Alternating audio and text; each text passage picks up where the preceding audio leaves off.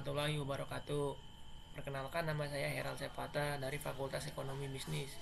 Di sini saya akan mempresentasikan tentang bahasa Indonesia dalam pembangunan bangsa. Bahasa mempunyai fungsi-fungsi tertentu yang digunakan berdasarkan kebutuhan seseorang. Oleh karena itu, dengan menggunakan bahasa, seseorang dapat mengekspresikan dirinya, sehingga fungsi bahasa sangat beragam.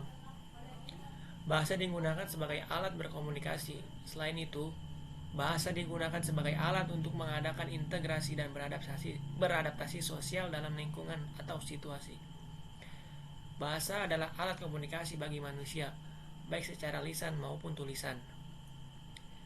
Bahasa juga dapat diartikan sebagai sebuah simbol atau lambang bunyi yang berfungsi sebagai alat komunikasi antar individu. Masyarakat berinteraksi satu sama lain dan bersosialisasi menggunakan bahasa itu, sehingga begitu pentingnya peranan bahasa dalam kehidupan masyarakat. Seiring perkembangan zaman, bahasa terus berkembang dan beradaptasi dengan lingkungan di bawah arus perkembangan pemakaian bahasa pada era globalisasi ini. Pada lingkup kecil seperti keluarga dan masyarakat, kita menggunakan bahasa daerah untuk berkomunikasi.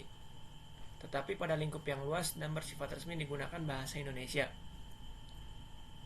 Memiliki pemakaian bahasa Indonesia di kalangan masyarakat. Terjadi fenomena-fenomena negatif di tengah-tengah masyarakat kita. Misalnya, banyak orang Indonesia dengan bangga memperlihatkan kemahirannya menggunakan bahasa Inggris, walaupun mereka tidak menguasai bahasa Indonesia dengan baik. Tidak sedikit pula orang malu tidak bisa berbahasa asing. Oleh karena itu, sebagai bangsa yang besar, kita harus mengetahui fungsi dan peran bahasa Indonesia dalam pembangunan bangsa. Kedudukan dan fungsi bahasa Indonesia. Fungsi bahasa yang utama adalah sebagai alat untuk berkomunikasi di dalam kehidupan manusia dan bermasyarakat. Untuk berkomunikasi sebenarnya dapat juga digunakan cara atau alat lain, misalnya tanda-tanda, gambar, atau isyarat. Namun, bahasalah sebagai alat komunikasi yang paling sempurna. Bahasa Indonesia yang berkedudukan sebagai bahasa nasional dan sebagai bahasa negara di Indonesia mempunyai fungsi sebagai berikut. Yang pertama, dalam kedudukan sebagai bahasa nasional, bahasa Indonesia berfungsi sebagai pertama, lambang kebanggaan nasional. Yang kedua, sebagai lambang identitas nasional. Ketiga, alat pemersatu berbagai masyarakat yang berbeda-beda latar belakang sosial, budaya, dan bahasanya. Dan yang terakhir, alat perhubungan antar budaya dan antar daerah. Yang kedua, dalam kedudukan sebagai bahasa negara, bahasa Indonesia berfungsi sebagai bahasa resmi kenegaraan, bahasa pengantar resmi di lembaga pendidikan, bahasa resmi di dalam perhubungan pada tingkat nasional untuk kepentingan perencanaan dan pelaksanaan pembangunan serta pemerintah. Dan yang terakhir, bahasa resmi di dalam pembangunan kebudayaan dan pemanfaatan ilmu pengetahuan serta teknologi modern. Fungsi dan peran bahasa dalam pembangunan bangsa Indonesia. Fungsi bahasa Indonesia dalam pembangunan bangsa terdapat dalam pernyataan sikap bertanah air satu tanah air Indonesia, berbangsa satu bangsa Indonesia, dan menjunjung bahasa persatuan bahasa Indonesia. Dalam Sumpah Pemuda pada tanggal 20 Oktober 1928. Hal ini merupakan perwujudan politik bangsa Indonesia yang menempatkan bahasa Indonesia sebagai bahasa persatuan atau nasional. Bahasa Indonesia telah menyatukan berbagai lapisan masyarakat ke dalam satu kesatuan bangsa Indonesia. Bahasa Indonesia mencapai puncak perjuangan politik sejalan dengan perjuangan politik bangsa Indonesia dalam mencapai kemerdekaan pada tanggal 17 Agustus 1945. Hal ini dibuktikan dengan dijadikannya bahasa Indonesia sebagai bahasa negara. Dilihat pada pasal 36 tahun Undang-Undang Dasar 1945. Lihat juga hasil amandemen Undang-Undang Dasar 45 pada tahun 2002. Kedudukan dan fungsi bahasa Indonesia sebagai bahasa negara telah menempatkan bahasa Indonesia sebagai bahasa ilmu pengetahuan, teknologi, dan seni atau IPTEK. IPTEK berkembang terus sejalan dengan perkembangan yang terjadi dalam kehidupan masyarakat dan bangsa Indonesia. Perkembangan IPTEK yang didukung oleh perkembangan teknologi komunikasi dan informasi seperti internet, email, e-bisnis, e-commerce, TV, dan lain-lain. Melaju dengan di sisi lain, perkembangan bahasa Indonesia terasa belum seimbang dengan perkembangan iptek dan zamannya. Pengalihan konsep-konsep iptek dari bahasa asing, terutama bahasa Inggris, belum seluruhnya dapat dicarikan padanannya atau artinya dalam bahasa Indonesia.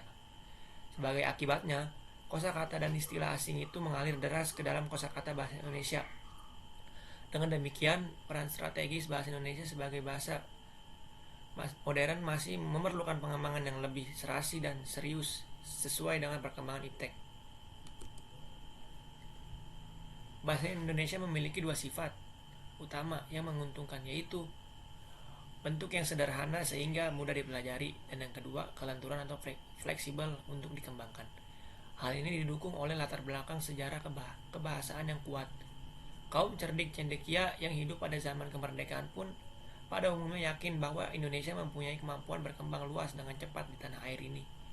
Dari Sabang sampai Merauke dan Zerkan misalnya, berkeyakinan bahwa bahasa Indonesia dapat menggantikan kedudukan bahasa Inggris di Asia. Bahasa Indonesia tidak diragukan lagi kemampuannya untuk menjadi bahasa iptek modern. Pengembangan iptek bahasa ragam iptek itu harus hemat dan cermat karena menghendaki respon yang pasti dari pendengar dan pembacanya. Kaidah-kaidah sintaktis dan bentukan-bentukan bahasa dan ranah penggantinya harus mudah dipahami. Kehematan penggunaan kata, kecermatan, dan kejelasan sintaktis yang terpadu dengan penghapusan unsur-unsur yang bersifat pribadi dapat menghasilkan ragam iptek yang umum. Namun yang menjadi masalah sekarang adalah unsur IP atau ilmu pengetahuan. Apalagi sekarang ini telah berkembang teknologi komunikasi dan informasi seperti internet, email, e-bisnis, e-commerce, cyber technology, tele-education, cyber city, dan lain-lain. Berdasarkan pemakaian kata ilmu pengetahuan sebagai padanan kata science dengan muatan makna natural science, maka unsur IP pada kata iptek itu merujuk pada ilmu pengetahuan alam. Dengan demikian, bahasa Indonesia ragam iptek itu adalah bahasa Indonesia yang digunakan dalam bidang ilmu pengetahuan alam dan teknologi atau science and technology. Upaya pengembangan konsep iptek modern dalam bahasa Indonesia hanya mungkin dapat dilakukan dengan baik apabila istilah-istilah yang biasa digunakan dalam bidang iptek itu sudah ada padanannya dalam bahasa Indonesia. Hal itu berarti agar dapat mengembangkan bahasa Indonesia menjadi ragam iptek, langkah pertama yang harus dilakukan adalah menyusun peristilahannya. Untuk keperluan itulah pusat bahasa yang ada sekarang, dengan bantuan sejumlah pakar perguruan tinggi. Lembaga-lembaga penelitian Indonesia telah berhasil menyusun peristilahan untuk berbagai bidang ilmu. Dengan demikian, bahasa Indonesia dan juga bahasa daerah memiliki peran penting di dalam memajukan pembangunan masyarakat di dalam berbagai aspek kehidupan. Peran bahasa Indonesia dan bahasa daerah semakin penting di dalam era otonomi daerah.